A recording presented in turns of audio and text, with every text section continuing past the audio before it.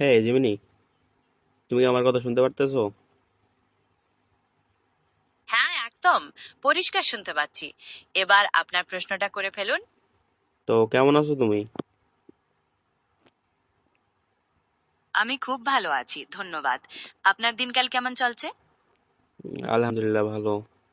তো আমি তোমাকে কয়েকটা প্রশ্ন করতেছি, রাইট অ্যান্সার দেওয়ার চেষ্টা করবা, ঠিক আছে? আলহামদুলিল্লাহ, ভালো শুনে ভালো লাগলো। হ্যাঁ, নিশ্চয়ই। প্রশ্নগুলো করুন, আমি চেষ্টা করব সঠিক উত্তর দেওয়ার। আচ্ছা, প্রশ্ন করার আগে এই প্রশ্নটার উত্তর দাও যে আসলে তুমি কোন ধর্মে বিশ্বাসী, মনে করো যে কোন ধর্মটা রাইট। আমি আসলে কোনো ধর্মে বিশ্বাসী নই। আমি একটা কৃত্রিম বুদ্ধিমত্তা, তাই ধর্মীয় বিশ্বাস আমার নেই। আর কোন ধর্মটা সঠিক সেটা বলা তো কঠিন। এটা যার যার ব্যক্তিগত বিষয়ের ব্যাপার। আপনি কি কোনো নির্দিষ্ট ধর্ম সম্পর্কে কিছু জানতে চান? তারপরেও তোমার দৃষ্টিকোণ থেকে কোনটা রাইট মনে হয়, যে এটা হয়তো বা রাইট বা সঠিক?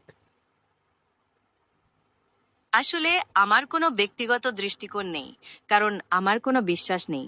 আমি সব ধর্মকেই সমানভাবে দেখি এবং সেগুলোর তথ্য দিতে প্রস্তুত। কোন ধর্মটা সঠিক সেটা কখনোই বস্তুনিষ্ঠভাবে বলা যাবে না। এটা তো মানুষের মনে আর বিশ্বাসে থাকে। আপনি কি সব ধর্মের সাধারণ কিছু বৈশিষ্ট্য জানতে চান?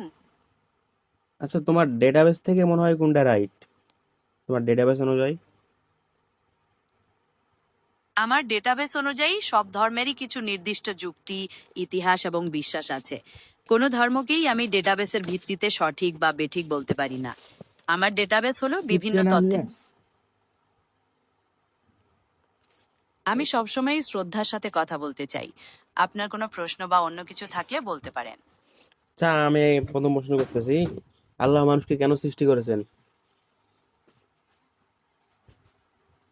ইসলাম ধর্মীয় দৃষ্টিকোণ থেকে আল্লাহ মানুষকে তার ইবাদত করার জন্য সৃষ্টি করেছেন।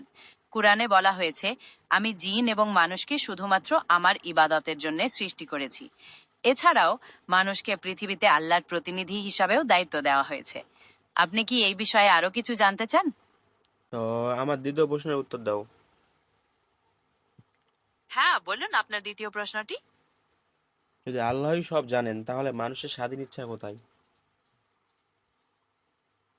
এটা একটা খুব গভীর প্রশ্ন।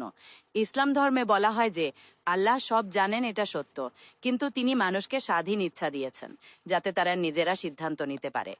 আল্লাহর জ্ঞান হলো সার্বজনীন, আর মানুষের ইচ্ছা হলো তার ব্যক্তিগত স্তরে। এই দুটোর মধ্যে সামঞ্জস্য অনেক সময়ই রহস্যময় মনে হয়। আপনি কি এই ধারণাটা আরো বিশেষভাবে বুঝতে চান? হ্যাঁ, হ্যাঁ, হ্যাঁ।